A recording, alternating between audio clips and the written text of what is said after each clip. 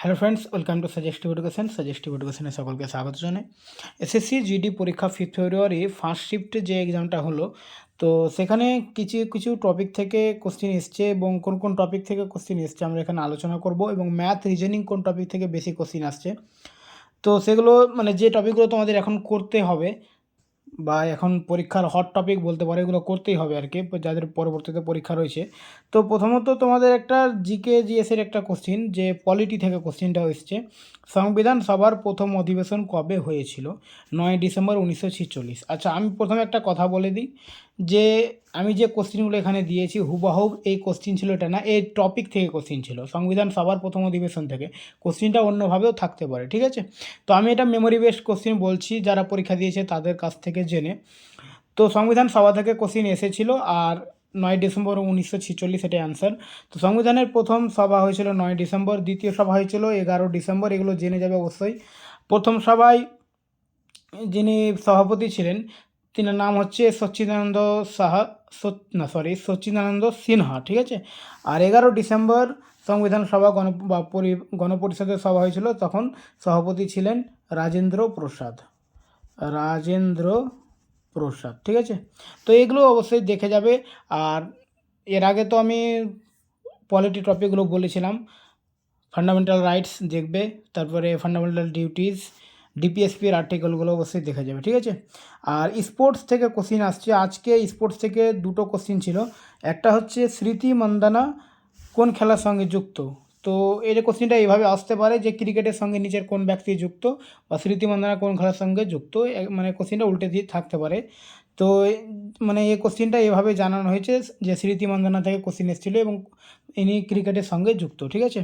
তো ক্রিকেটের সঙ্গে এবং অন্যান্য স্পোর্টসের সঙ্গে যুক্ত ব্যক্তিগুলো অবশ্যই তোমরা জেনে নেবে, এখান থেকে কোশ্চিন আসছে। তাছাড়া আজকের শিফটে কিন্তু কারেন্ট অ্যাফেয়ার্স থেকে বেশি কোশ্চিন ছিল, 5-6টা মনে হয় কারেন্ট অ্যাফেয়ার্স ছিল। আর কারেন্ট অ্যাফেয়ার্স 2024 এবং 23 থেকেও জিজ্ঞেস করছে, 23-এরও কারেন্ট অ্যাফেয়ার্স জিজ্ঞেস করছে। আর আজকের যেটা কারেন্ট অ্যাফেয়ার্সের কোশ্চিন ছিল নীরজ চোপড়া থেকে, তো তোমরা নীরজ চোপড়ার নাম তো অবশ্যই শুনেছো, জ্যাভলিন থ্রো করে। আর ইনি মানে অলিম্পিকে তো একটা বিখ্যাত খেলোয়াড়, ইনি অলিম্পিক খেলেছেন, তো অবশ্যই জেনে যাবে। অলিম্পিক যেটা মানে কিছুদিন আগে তো একটা অলিম্পিক হয়েছে, প্যারিস অলিম্পিক, অবশ্যই এগুলো জেনে যাবে, ঠিক আছে? আর নৃত্য থেকে তো কোশ্চিন মাস্ট আসছে। তো নৃত্য থেকে যে কোশ্চিনটা ছিল সেটা ত্রিপুরার। তো ত্রিপুরার একজন, আমি কয়েকজনকে জিজ্ঞেস করেছি, একজন বলেছে চাপেচর কূট বলে একটা কোশ্চিন ছিল। তো আর একজন বলেছে যে ত্রিপুরার খার্চি পূজা থেকে কোশ্চিন এসেছিলো, ঠিক আছে? তো ঠিক এটা আমি এখন বলতে পারছি না যে কোনটা কোশ্চিন এসেছিলো। তো নৃত্যগুলি থেকে অবশ্যই জেনে যাবে চাপেচর কূট, এটা হচ্ছে ত্রিপুরার, খার্চি পুজোও কিন্তু ত্রিপুরার, ঠিক আছে? এই দুটো মানে ত্রিপুরা রিলেটেড কোশ্চিন এসেছিলো নৃত্য থেকে। আর খার্চি পূজা তো উৎসব থেকে কোশ্চিন আসছে। পঞ্চবার্ষিকী পরিকল্পনা থেকে কালকে কোশ্চিন এসেছিলো, আজকেও এসেছে। আর ইতিহাস থেকে একটা কোশ্চিন এসেছিলো মহাবীর রিলেটেড, ঠিক আছে? মহাবীর মানে পাওয়াপুরীতে, এই যে মহাবীর রিলেটেড যে কোশ্চিনগুলো আছে জৈন ধর্ম রিলেটেড, ওগুলো অবশ্যই দেখা যাবে, ঠিক আছে?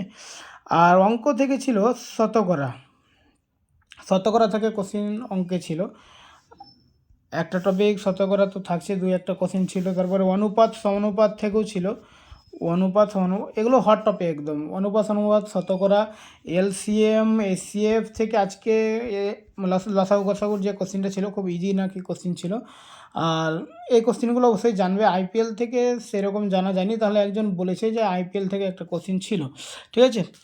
আর রিজনিংয়ের কোশ্চিন আজকে একটু টাফ ছিল, মানে ক্যালেন্ডার বাদ দিয়ে বাকি সব টপিকে এসছে, যেমন water image, mirror image, coding decoding, এই কোশ্চিনগুলো ছিল। তারপরে ম্যাথামেটিক্যাল অপারেশন থেকে কোশ্চিন ছিল। তো এই ধরনের টপিকগুলো তোমরা অবশ্যই পড়ে যাবে, ঠিক আছে? ওকে, থ্যাংক ইউ। আর যারা যারা এক্সাম দিচ্ছ, তোমাদের কোনো কোশ্চিন মনে পড়লে আমাকে অবশ্যই কমেন্টে করে দেবে কোশ্চিনগুলো।